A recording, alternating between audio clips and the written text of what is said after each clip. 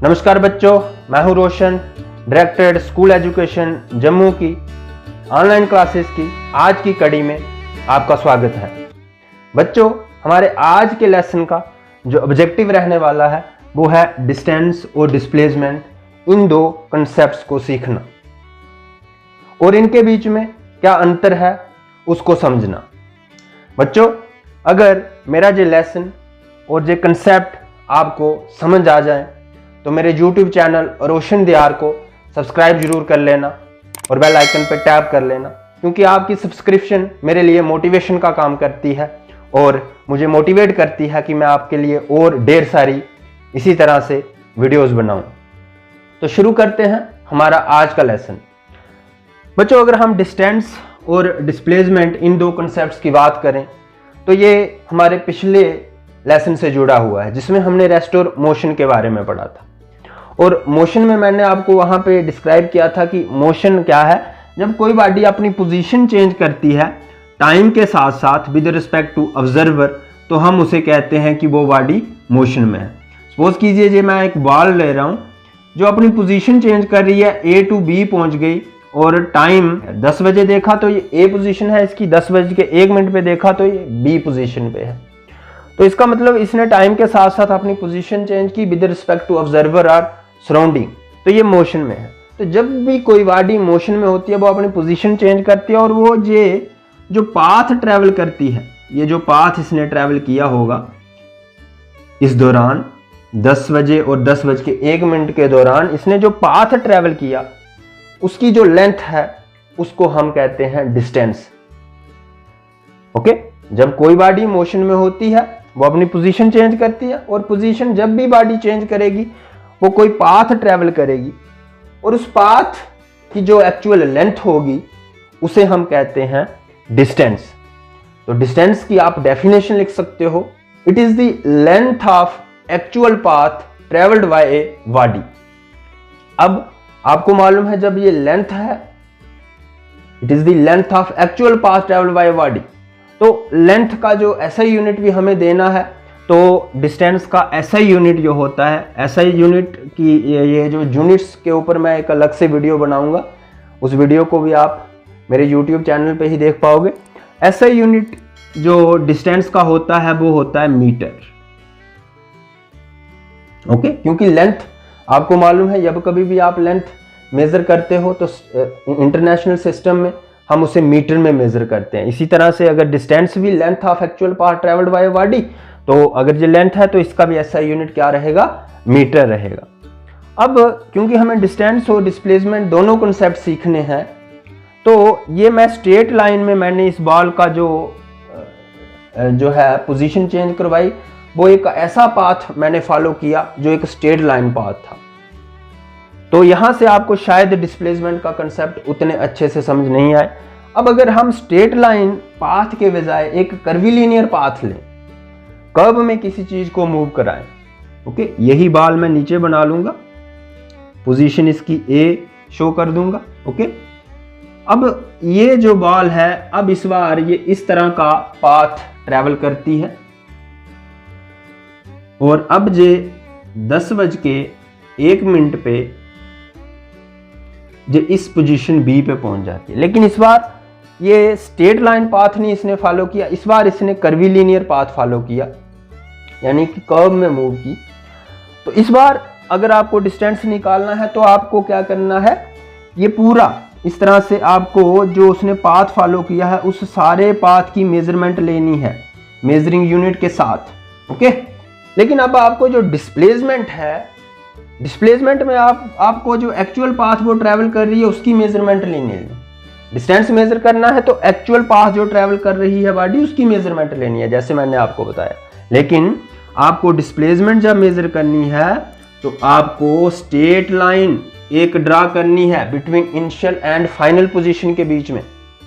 जो उसकी initial position होगी, यहां से उसने स्टार्ट किया उस पोजीशन से, और फाइनल पोजीशन यहां पे वो स्टॉप किया, यानी जिस टाइम पे आप देख रहे हो जिस पोजीशन पे वो उस टाइम पे है, उन दो पोजीशन के बीच में जो स्ट्रेट लाइन डिस्टेंस होगा वो होती है आपकी डिस्प्लेसमेंट।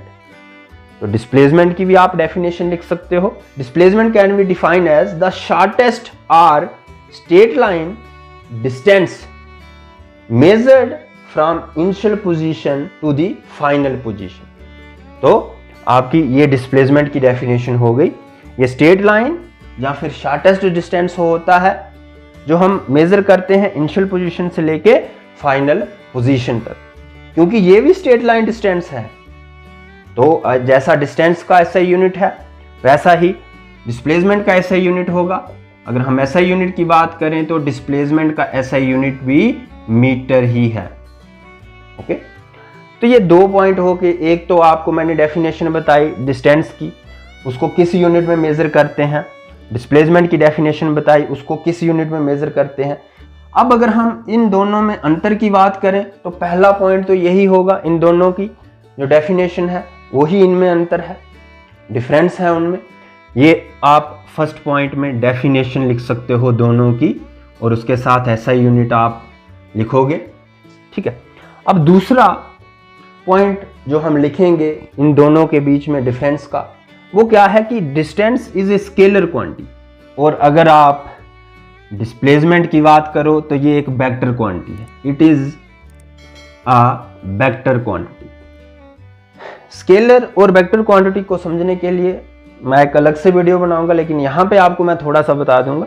स्केलर क्वांटिटी एक ऐसी क्वांटिटी होती है जिसका सिर्फ हम मैग्नीट्यूड देखते हैं, उसकी मेजरमेंट देखते हैं कि कितनी है in comparison to base unit, in comparison to unit that is considered for the measurement of that quantity. वो उसका जो एक यूनिट होता है जिसके साथ हम कंपेयर करके उस क्वांटिटी की मेजरमेंट करते हैं, हम देखते हैं कि वो कितने टाइम है उस यूनिट के। सपोज कीजिए डिस्टेंस मेजर किया तो 20 मीटर आया, तो ये 20 है, 20 इंटू 1 मीटर। 1 मीटर जो है वो एक यूनिट हम कंसीडर करते हैं डिस्टेंस की मेजरमेंट के लिए। तो वो 20 टाइम, ये जो 20 टाइम, इसे हम कहते हैं magnitude. 20 time of the base unit.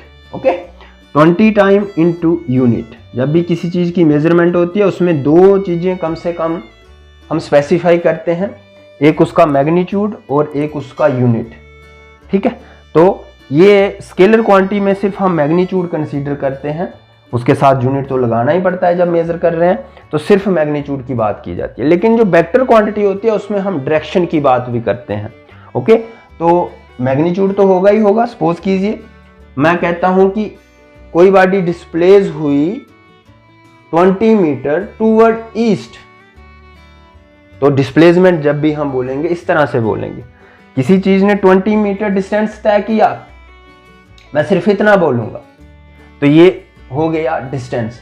लेकिन कोई चीज 20 मीटर डिस्प्लेस की टूवर्ड ईस्ट, जब हम ये भी कंसीडर कर लेंगे, ये बात भी बोलेंगे कि किस डायरेक्शन की ओर, तो तब हम डिस्प्लेसमेंट की बात कर रहे हैं। वो एक वेक्टर क्वांटिटी है। Yellow ball displaces 20 metre toward east. जब हम ये बात कर रहे हैं कि वो 20 मीटर टूवर्ड ईस्ट डिस्प्लेस हुई, तो तब हम बात कर रहे हैं कि ये हम डिस्प्लेसमेंट की बात कर रहे हैं। ओके, अब अगला जो डिफरेंस इनका होगा वो हम किस तरह से आपको बताएंगे, थोड़ी सी डायग्राम बनाने की कोशिश करेंगे। देखो, जब कोई body straight line path follow करती है, जैसे सपोज कीजिए ये एक बॉक्स है, ये पॉइंट ए से मूव किया, पॉइंट बी में पहुंच गया। ओके, तो इसने से स्ट्रेट लाइन पाथ फॉलो किया। इस केस में अगर आपको डिस्टेंस मेजर करना है तब भी क्या करना है, the length of actual path, वो भी एक स्ट्रेट लाइन पाथ है। और अगर आपको डिस्प्लेसमेंट मेजर करनी है तो भी आपको क्या करना है, the straight line distance between initial and final position, तो तब भी आपको स्ट्रेट लाइन पाथ ही फॉलो करना है। तो इस केस में आपका डिस्टेंस और डिस्प्लेसमेंट इक्वल होगा। आप लिख सकते हो in case of straight line motion the distance is equal to displacement. Okay, तो स्ट्रेट लाइन के केस में डिस्टेंस डिस्प्लेसमेंट के इक्वल आया। ओके, अब हम क्या करेंगे, जो पाथ फॉलो कर रहा है ये बॉक्स, वो ये कर्वीलिनियर पाथ फॉलो कर रहा है दूसरे केस में। अब आपको अगर डिस्टेंस मेजर करना है तो ये एक्चुअल लेंथ को मेजर करना है, तो अगर आप एक्चुअल लेंथ मेजर करते हो तो सपोज कीजिए ये आगे 10 मीटर और जो स्ट्रेट लाइन ये वाला डिस्टेंस होगा, shortest distance between initial and final position, ये हो सकता है 5 मीटर आए। तो इस केस में जो डिस्टेंस आपका आया एक्चुअल पाथ को मेजर करके वो 10 मीटर आया, जो डिस्प्लेसमेंट आपकी आई वो आपकी 5 मीटर आई। तो इसका मतलब क्या हुआ कि डिस्टेंस इस केस में डिस्प्लेसमेंट से बड़ा है। तो 2 पॉइंट हमारे पास आ गए, एक डिस्टेंस जहां तो डिस्प्लेसमेंट के इक्वल होता है, डिस्टेंस जहां फिर डिस्प्लेसमेंट से बड़ा होता है।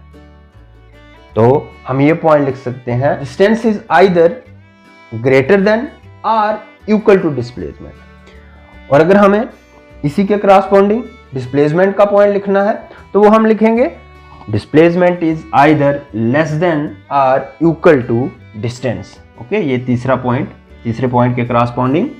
तो डिस्प्लेसमेंट जहां तो डिस्टेंस से छोटा होगा जहां फिर उसके बराबर होगा। अब हम बात करते हैं कि क्या डिस्टेंस कभी 0 हो सकता है। डिस्टेंस 0 तब होगा जब बॉडी रेस्ट पे होगी। ओके, अगर ये कोई बॉक्स है, ये अपनी पोजीशन ही चेंज नहीं करता, 10 बजे देखो, 10:01 पे देखो, 10:02 पे देखो, तो अपनी जो पोजीशन ही चेंज नहीं करता, तो डिस्टेंस 0 हो सकता है। कब? जब कोई बॉडी रेस्ट पे होगी तो आपका डिस्टेंस जो है वो 0 होगा। ओके, लेकिन आपकी डिस्प्लेसमेंट कब 0 हो सकती है? जब कोई बॉडी रेस्ट पे होगी तब तो डिस्प्लेसमेंट 0 होगी ही होगी, लेकिन और भी बहुत सारे केसेस ऐसे हो सकते हैं जब डिस्प्लेसमेंट 0 होगी लेकिन बॉडी मोशन में होगी। सपोज कीजिए कोई बॉडी सर्कुलर पाथ ट्रेवल करती है। ओके, एक सर्कल जिसकी रेडियस r है, इस पाथ में कोई बॉडी मूव करती है, तो आपका इनिशियल पॉइंट A है 10 बजे और फाइनल पॉइंट भी आपका A है 10:01। तो अब अगर आपको 10 और 10:01 के बीच में डिस्प्लेसमेंट निकालनी है तो डिस्प्लेसमेंट आपकी कितनी होगी? 0। 10 बजे से लेके 10:01 में जो आपकी डिस्प्लेसमेंट होगी 0, क्योंकि इनिशियल और फाइनल पोजीशन इस बार सेम है।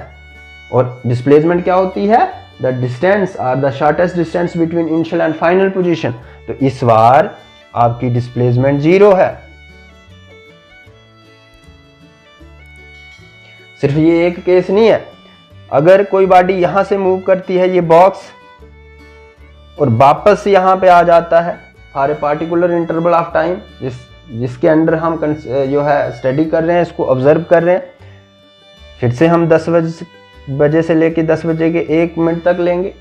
10 बजे A पे है, 10:01 पे भी A पे है। तो अगर आपको कोई पूछे कि 10:01 पे इसकी डिस्प्लेसमेंट क्या है, तो वो आएगी 0।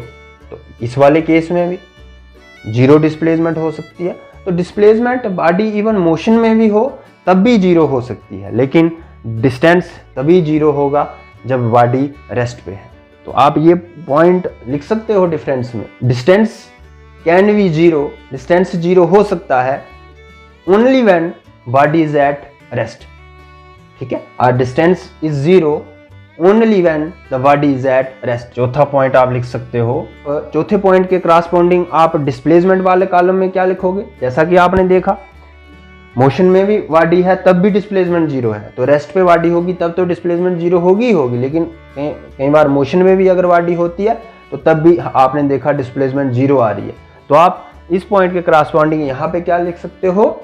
Displacement can take 0 value both in case of rest और इन केस ऑफ मोशन। अगर बॉडी मोशन में होगी तब भी डिस्प्लेसमेंट 0 हो सकती है, अगर बॉडी रेस्ट पे है तो तब भी डिस्प्लेसमेंट 0 हो सकती है। देखो, डिस्प्लेसमेंट और डिस्टेंस, पॉजिटिव और नेगेटिव की बात करेंगे इसमें। डिस्टेंस पॉजिटिव, सिर्फ पॉजिटिव वैल्यू लेता है, जहां 0 जैसा हमने डिस्कस किया, जहां फिर पॉजिटिव। नेगेटिव कभी नहीं हो सकता डिस्टेंस, क्योंकि it is the length of actual path travel by body. तो अगर आप 5वां पॉइंट लिखना चाहो तो लिख सकते हो distance is always positive or zero. Displacement की बात करो तो डिस्प्लेसमेंट पॉजिटिव भी हो सकती है, नेगेटिव भी हो सकती है, जीरो भी हो सकती है। मैं आपको समझाता हूं। Displacement can B positive, negative और जीरो। क्यों? देखो, आपने नंबर लाइन छोटी क्लासेस में पढ़ी होगी, जिसमें आप यहाँ पे जीरो लिखते हो सेंटर में, इसके राइट साइड आप पॉजिटिव नंबर्स लिखते हो, काउंटिंग नंबर्स 1 2 3 4 5। लेफ्ट साइड आप नेगेटिव काउंटिंग नंबर लिखते हो। देखो, मैंने आपको रीज़न बताया था कि जिस जगह से कोई चीज़ बॉडी को, कोई आदमी, कोई ऑब्जर्वर बॉडी को ऑब्जर्व कर रहा है, उसको हम ओरिजिन कहते हैं। और ओरिजिन पे वैल्यू जो है वो हमेशा जीरो रहती है, उसको हम जीरो कंसीडर करते हैं। ओके, ताकि कैलकुलेशन आसान हो जाए। तो जीरो इज द ओरिजिन। अब जीरो के इस साइड अगर कोई बॉडी मूव करेगी तो हम उसको बोलेंगे कि ये पॉजिटिव डायरेक्शन में जा रही है। ये एक्स एक्सिस आप कंसीडर करते हो यहाँ पे। अब अगर इस साइड बॉडी मूव कर रही है तो हम इसको बोलेंगे कि ये नेगेटिव डायरेक्शन में जा रही है। ओके, तो इसलिए अगर बॉडी मूव ही नहीं कर रही तो वो जीरो पर रहेगी, तो तब डिस्प्लेसमेंट जीरो। अगर इस तरफ मूव कर रही है तो पॉजिटिव डायरेक्शन में मूव कर रही है, अगर इस तरफ मूव कर रही है तो नेगेटिव डायरेक्शन में कर रही है। तो displacement can take positive, negative और जीरो वैल्यू। ये थे हमारे कुछ point of difference between distance and displacement. आज के लिए इतने। अगले लेसन में किसी और टॉपिक के साथ आपके साथ पुनः भेंट करेंगे। तब तक के लिए दीजिए इजाज़त। लेकिन मेरे YouTube चैनल रोशन बिहार को सब्सक्राइब कर लेना और बेल आइकन पर टैप जरूर करना, ताकि जो भी मैं नई वीडियो डालूं उसका नोटिफिकेशन आपको सबसे पहले आए और आप उसे सबसे पहले देख पाएँ। Have a nice day, take care of yourself, bye bye.